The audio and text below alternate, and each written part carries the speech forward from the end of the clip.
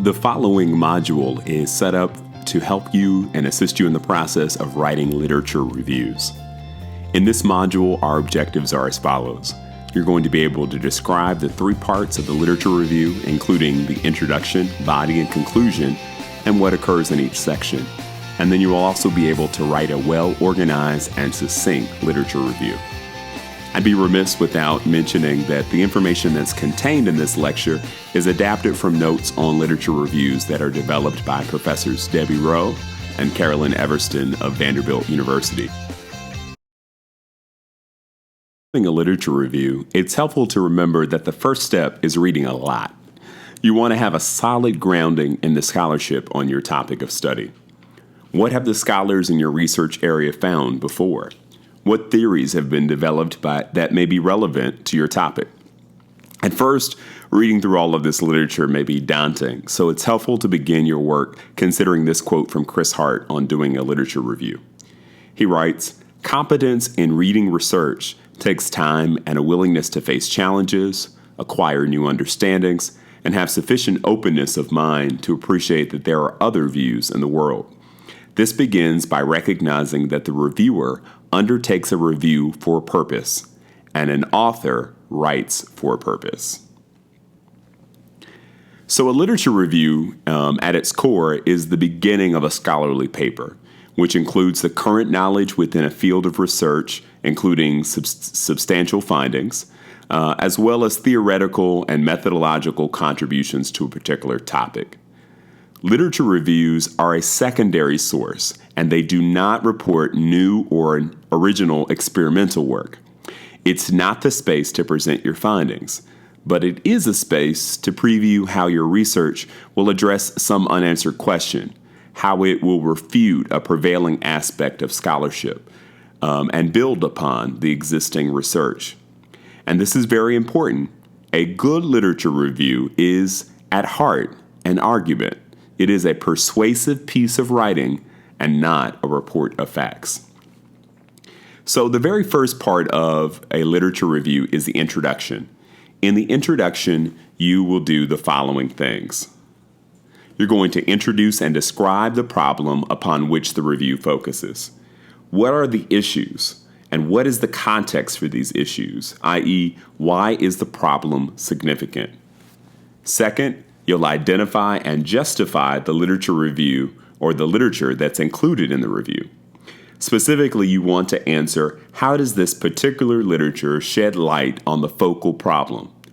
In other words, you want to make explicit the relationship between the problem and the literature.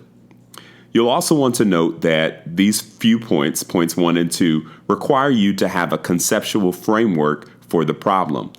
That's a working theory about the fundamental issues and their interrelationships. There'll be a separate model exclusively to address the conceptual framework and how to build one. Third, you'll want to preview the organization of your review. In what order will you present the information and why?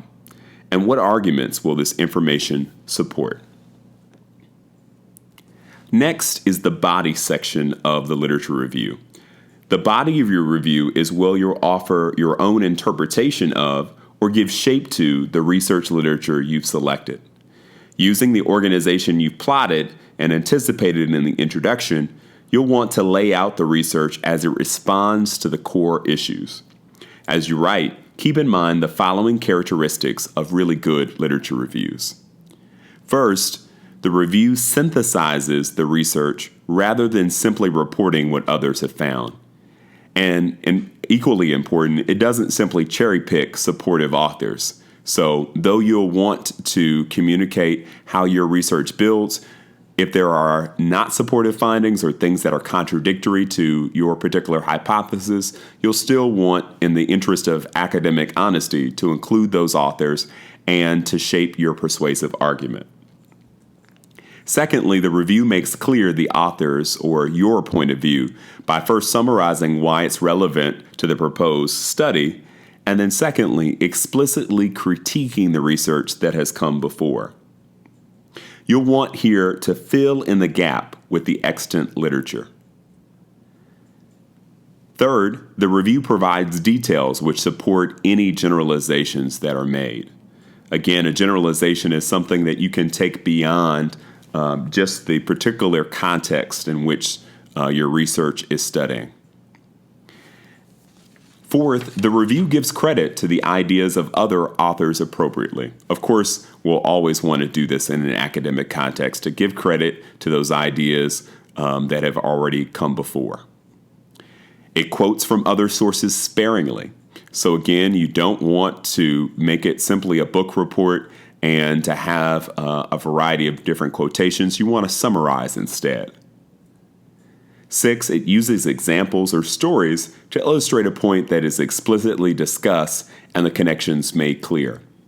Some of the most compelling literature reviews take a voice and a perspective, specifically in qualitative research, that embeds it within a particular context, a particular story and narrative that makes it compelling to those who have to read it.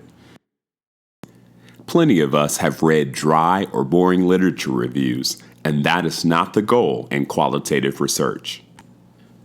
The final section of the literature review is the conclusion. In the conclusion, you should do 2 things.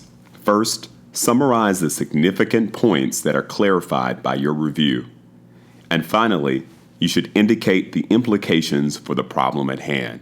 How will your research be used to further the scholarship in your area? And now it's time to pause and ponder. Let's pause to read a sample literature review from ethnographic researcher Michaela Sawyer of the University of Chicago. It's linked here in our video and also posted on the Blackboard. Read pages 459 through 462 and consider in what ways Sawyer applies the framework that we just reviewed. You'll pause the video here, and when you're finished reading, play the remainder of our video to see how Sawyer applies the Writing Literature Reviews framework.